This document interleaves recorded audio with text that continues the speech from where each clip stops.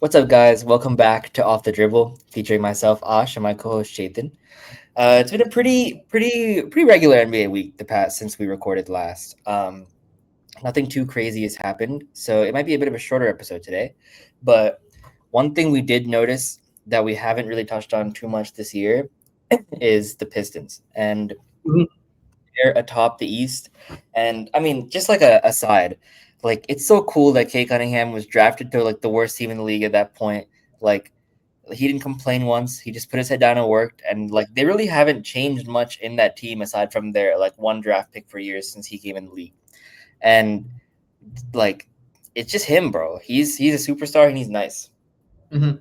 I agree, and they don't even have like who's someone who's supposed to be like their second option in Jaden Ivey, who's still coming back from injury, hasn't played yet. Mhm.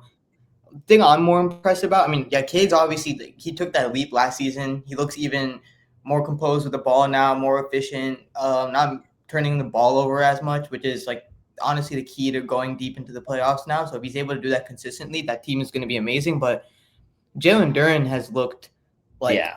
insane this past like 10 games. There's been a couple games where he's dropped like 30 and 20. He dropped 33 and 21 game. He's been a beast offensively on the rebounds. I think the main problem with him that a lot of Pistons fans would agree upon too was like I think his defensive intensity wasn't there, especially when he first got drafted. But now it looks like he's one of like the most engaged defenders on that team. They're really locked in. I mean, him and Asar got into like an argument like game 10 in the middle of the game. So like I mean when you're arguing with your own teammate about defensive assignments and missing rotations within the first week of the season, then you know that team is definitely has an identity going into the season. So it's cool to see 100%. Yeah. And I mean, if Duran's playing at that pace, because that's what like, because in theory, right, like the best player to play with Cade is like a crazy lob threat, because then like Yeah. gets him more space in the pick and rolls, and like he can also create for the player as well. But if he's playing at that rate, bro, and Asar is like playing defense as one of the premier defenders in the league, get Jaden Ivey back, could they make a Larry run, a Larry O'Brien run? Honestly, I think so because like there's no team in the East, especially like right now, that has like a jump start on anyone.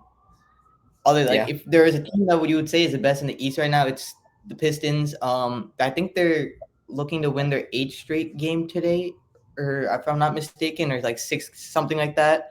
their Um, seventh straight will be today. yeah, seventh straight game. The Cavs look like the Cavs how they normally look. I feel like the Pistons can compete with them pretty confidently. The Knicks don't look too hot. They're starting to bring it together, but again, like their defense isn't there, and like I think the Pistons can kind of break them apart. And we saw how close that series was last year, and like have another year under Cade's belt with Jalen Duren playing like this. I mean I don't know. I think they do have a real shot at it. Yeah, and a team that I thought would be much better than they are, Atlanta. They're not that good right now. Like Yeah, you have it's a very limited pool of like real contenders in the Orlando East. is So they not could, playing well right now. Like a lot of these and that's teams that you expect to be exactly good are like not doing what they're supposed to do, and they're taking advantage of it. it's actually like we didn't plan to talk about this. That's what I want to talk about next, actually, because if you I didn't notice Orlando was that bad, Mm-hmm. and like they're 4-6 to start the season. And if you look at Desmond Bane's numbers, like he's been really bad to start the season so Mm-hmm. far. Yeah, And they're not really getting that lift. And that 4 first round picks they probably thought would have got him. And I don't know, man. Those Paolo J-Dub comparisons, they're ending. I think it's four time to first end round them. picks. Looking back on it, wow, four first round picks for Desmond Bain. That's It's a It's a lot. little OD. Yeah, but I agree. Like, and they also haven't like played like crazy competition yet, in my opinion. Again, They play the Pistons once. They play the Hawks, the Bulls, the Hornets, like teams like that. So it's and like they're not coming out with wins. Again, like it's only 10 games in the season. You have your one of your main offensive like pieces is someone that just got traded. But again, like he got traded like a lot earlier in the summer than a lot of these other trades happened. So you'd assume like having the whole summer in training camp that would look a lot better. But I don't know. I think again, like Franz and Paulo are already two very ball dominant guards. I thought Desmond Bain will be able to move off the ball a little, but it just seems like it hasn't been working, I guess. I mean, bro, he's averaging 12 points a game, and he's shooting like Yeah. the issue isn't even the points per game. It's like for the past like 6 years, like the most one of the most efficient 3-point shooters in the league has been Desmond Bain. He shot 43% from three. He's shooting 29% from three right now.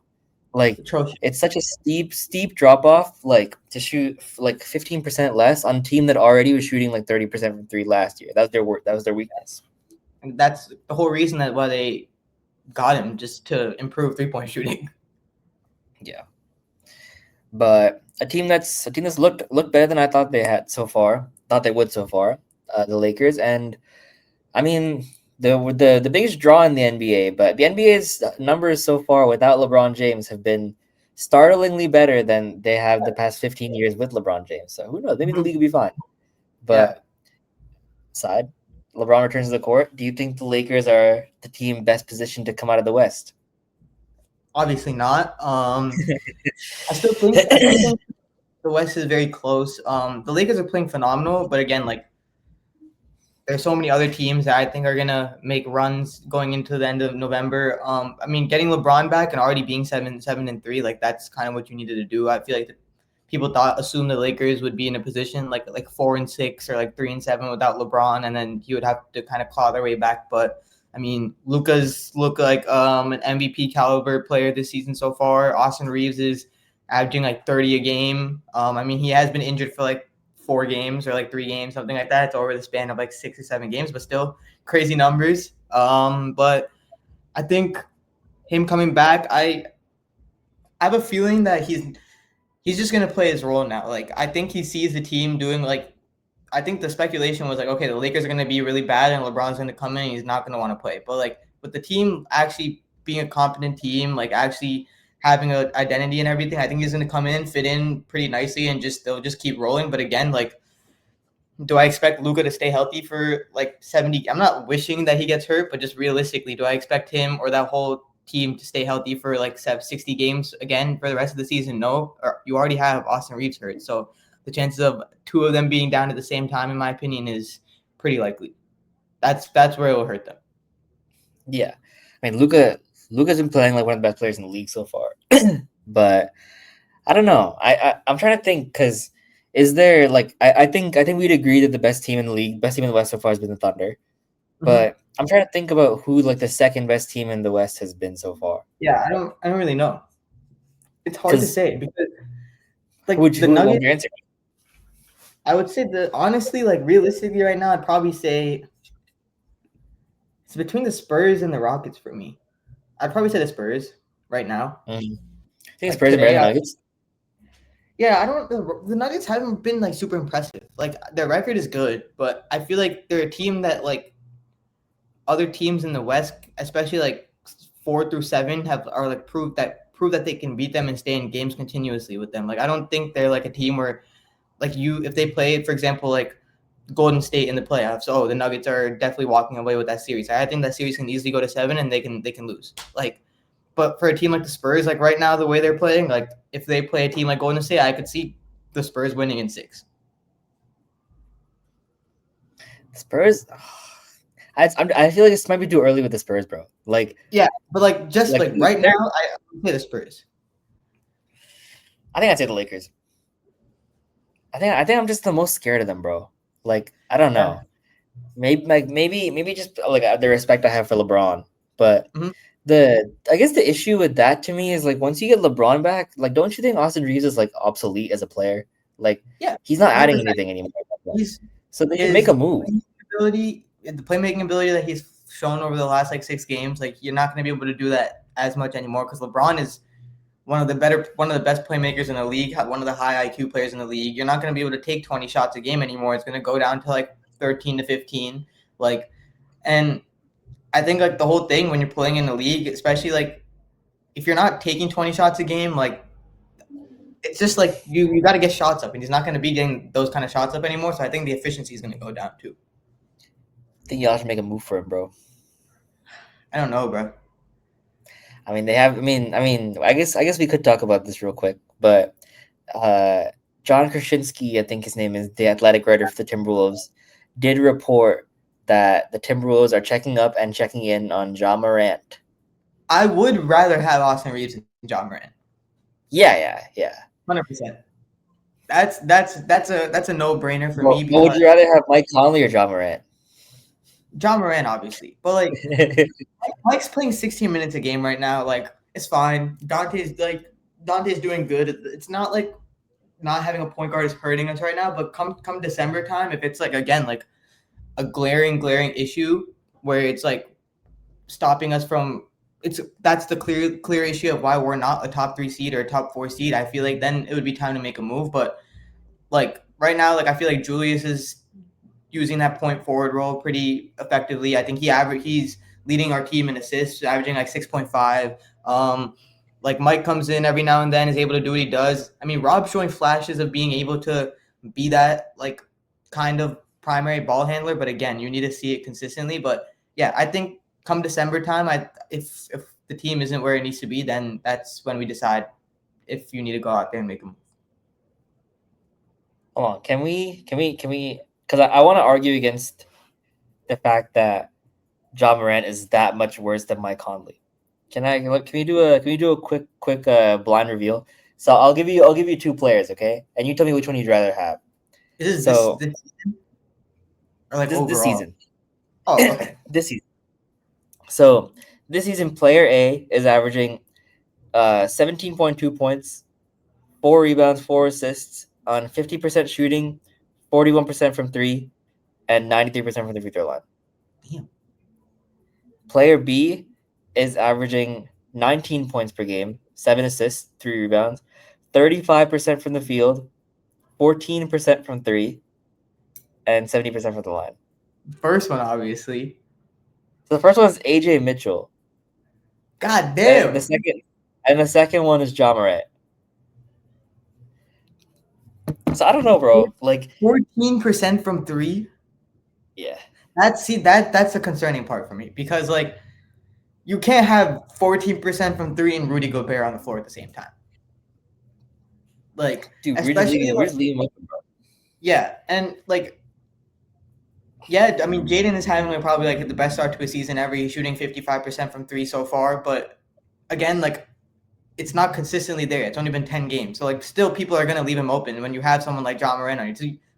Like Ant is not going to be able to do anything. Julius is not going to be able to operate. Like I think that's when it comes into play. But yeah, if Austin Reeves is on the table, like give me Austin Reeves. I'll take Austin Reeves. It just depends on who we have to give up. Like, are we giving up Rudy? Because honestly, like They I would wouldn't want want Rudy to. probably, right? I would I don't know if you know the stat. Our defensive rating without Rudy on the floor is 136.3. Without him on the But that's floor, in comparison to like if you were able to replace Rudy with like an NBA level center, because like your backup center is like doesn't like it's just learned not. the basketball last month. It's not. No, it's not a center though. Yeah, I know. That's the problem. That's the problem. Yeah, yeah. But like it's insanely bad like when he's off the floor. So I don't think we would even entertain it if he was in talks, but we'll see. I don't know, bro. Because I'm saying if we're able to get that kind of production from AJ Mitchell, who is the 50th overall pick and like the worst draft of all time, surely, bro, you can find someone to replace Mike in the next Yeah, draft. Just worry about 100%. it then. I also I feel think like like Jaws is negative asset. I think it's also like still a little early to just like fully just give up on Rob. Like he's like 19 years Yeah. old. I overall like one of the in my opinion one of the harder positions to like transition from college to the NBA is point guard. Like it's especially when you're a smaller guard, like it takes you a little bit more time. So I feel like at the end of the season, if he's not giving you consistently good like plus like minutes that are like 15 to 20 minutes a game by like game 40, then you got to start looking elsewhere as going into the next draft. But I think we can work with the options we have, but if it gets really bad, then that's when we need to switch it around. I just feel like John Ant just sounds like a bad idea, bro. Yeah, I wouldn't want that. Like I don't know like, why they're even like trying to think about wanting to do it. I mean, because his reputation that he's a great player, but we just Yeah, haven't seen it in a long time. yeah. We saw it game 3 against Thunder in the first half when he figured us out, Mm-hmm. but We haven't seen it since then. I mean, he's lost Again, you 12 have straight. two ball dominant guards with Ant and Ja. Like I don't know how that's gonna work either. Like I don't Ja doesn't have the ability to play off the ball. Ant does if he wants to, but like you don't want Ant playing off the ball. You want to put the ball in his hands. Yeah. So it's just like I feel like that would just be hard. Well, speaking of Ant, he will likely feature in our last part of the podcast, our top 10 MVP Honestly, rankings so not far. yet. He hasn't broken in yet in mine. He hasn't broken your top 10? Not yet, bro. He's only played like 5, 6 games. Do you have a Laker in there? Yeah, He's played I, 5 games too. yeah, but like he's averaging like Both of 40, bro. them. Both of them you could have played 5 games. I don't have the other one. I have Luca, obviously. Yeah, yeah. But he's only played 5 games. All right, but shall we All start right, at all right, 10? you start with your 10. Let me pull up my list. Okay. At my 10, I will go Josh Giddey. Dude, that's too low. Really, bro? You think it's too low? I think hold on. I'm trying to find my list, but here's my thing with Josh Giddey. I feel like no one I didn't even like consider the Bulls as a factor for my top 10 seeds. I thought they'd have 6 wins by January, bro. Okay. And they have 6 wins right now. I feel like he's gonna be a bit higher for me. But at my 10 I have Bam Adebayo. Okay. I Bro. have Bam just like a couple spots higher, but I mean, Bam has been. I think that this is the season where we're finally seeing the offense from Bam. Dude, you have Bam higher than Giddey? That's terrible. I mean, bro, like I know Giddy's not going to be able to keep it up, and also he got absolutely cooked on live television the other Yeah, day, it's bro. true. I'm sorry. I'm so sorry. Free Giddey, man. Oh, I forgot about that. Like I think that that might be subconsciously playing into like my rankings. Not gonna lie. All right, fine. But yeah, I think this is the Bam that I thought we'd see last year. Like Mm-hmm. he's playing dominant on both sides of the ball, Yep. and like he's like I don't think Hero's played so far, right? No, he So had. so he's taken into 6 wins without Hero. I mean, he's honestly getting a lot more from Jaime Jaquez and Andrew Wiggins than I thought he would. But like it's been a real shift there in Miami. But Mhm. like he's one of their best playmakers. He's obviously their best rebounder. He's obviously their best defender. He's obviously their best offensive player. Like he's doing so much for them. Yeah, 100%. I agree. At 9, I have Bam. Yeah. I think just like everything you said, like the defensive versatility, like we already know it's there. I just wanted to see the offense, and now it's coming along. So as long as he keeps it up, then I think he'll be fine. That. So this is my 9. Yep, This is where I have Denny Avdia. nice. He's one of those players. Like I feel like 6 to 10. I feel like you could intertwine. You could like switch out with like 10 to 15. Like I feel like it's all really close. But Yeah, the Blazers are doing a lot better than I thought they would. They had the same record as like you guys in the Rockets. They're doing very well. They beat the Thunder. Obviously, they played really well in that game. Came back from 22 down. Um, I think and Denny was the catalyst in that. He's been the catalyst in their season so far. And yep, honestly, like a super underrated pick would be Drew Holiday because of how he sort of blended that team. Like he's been that veteran presence for Denny, for Shaden, and for all these people. But I think Denny's been the best player, so I'll go with Denny at 9. yeah. I agree. This is 8 for me, right? Yeah. Yeah, 8. I have Donovan Mitchell. Okay. He's averaging like 31 a game, doing what he does. They're 7-3, second seed in the East. I think like you got to put him there. I think that's just a good spot for him. I don't really Yeah. know what he has to do to like break into top 5 though, because I feel like the last like 2-3 seasons he's always been at that like 10-7 range. But I mean, some people just aren't good enough, bro. like I guess keep it so. above. Like Yeah. that top five. That top five for me, honestly, is like locked. Like Mhm. I don't know Yeah, if anyone can break into that top five anymore this year. it would be hard. Um, 100%. yeah. So this is my 8. Yeah. Yeah, I have Mitchell here. Okay, Same nice. reasons you said. I was considering like whether I should put Mitchell or Mobley, but because Mobley's been their best defensive player, but I mean Mitchell's averaging 30 points a game. Like, Yeah. just got And we are at 7, right? yeah. Yeah. At 7, I'm gonna go Tyrese Maxey. Hmm. I think Maxey's having an unbelievable season. I'm a huge fan of him. He's like literally like Embiid's playing obviously, but like not the same Embiid that we see. He is getting a lot of like some decent amount of help from his role players. Like I'm pretty impressed with the way that team kind of is constructed from like the last season. But he's been phenomenal. The 3-point shot is falling, still playing really clutch like how we've seen him in the past, and he just keeps elevating his game year after year. He's averaging also like 8.5 or 9 assists a game. Like so he's just doing everything on the court. Yeah, he's been really good. He didn't make my cut, unfortunately, but instead of him, I have I have Josh Giddey here. Okay. Uh, I had Giddy a lot higher before, but like I realized this is Josh Giddey we're talking about, so Mm-hmm. he should temper expectations a little bit. Yeah. But I mean, bro, he's averaging a triple double right now. Like he's been the best player in the Bulls. He might be out for a little bit, so his ranking will probably go down a lot. But 100%. and if you said a year ago that Josh Giddey would be on anyone's MVP ranking at any point at any time in his career, everyone would have laughed at you. So Yeah. the fact that he's doing this good, I thought he deserved a mention. Mm-hmm. That's yeah, I agree. I have him at 10 just because like I know in the back of my head like I don't think he's gonna be able to keep it up the way he is, Yeah, but like I gotta give him the props for doing what he's doing. But 6 for me is Cade. I yeah, think this is a good place to me put too. Cade number one in the East. It's really gonna be really hard to take over one of the other players here. One of the other teams that these players are on is gonna either have to like just tremendously fall off a cliff or God forbid they get hurt, something like that. But I think we both have Cade at 6. Yeah, we have Katie 6. Yeah. Yeah.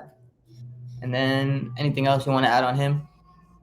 I mean, we touched on him in the beginning of the podcast, but he's so good, man. And like he's so good at like everything on the court, and he kind of allows you to be like he fills in all the mistakes in like an offense, which is like so Mm-hmm. like he's their best playmaker when you need a playmaker, his best scorer when they need to score. He can guard a little bit. He's been like everything they needed, and 6 straight wins. Yeah. Yep.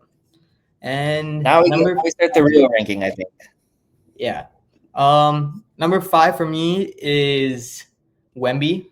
This might be a little Yeah, low me for too. people. Not gonna. No, me Oh, too. okay, Me too. nice. Okay, good.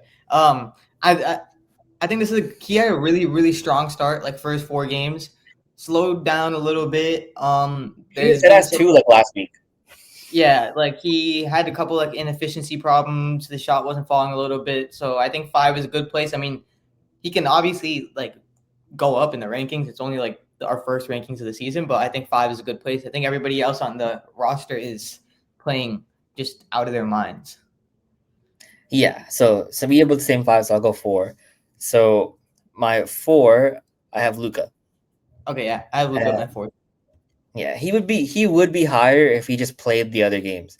Like and he also if played you just like played an ounce of defense too.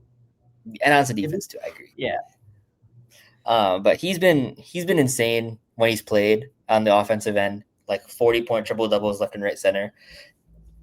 He's been like he's lost so much weight and like it's showing on the court. Like he's just a step faster. He's dunking again. Like it's like back to Luca basketball from like 5 years ago, which is pretty cool to yeah, see.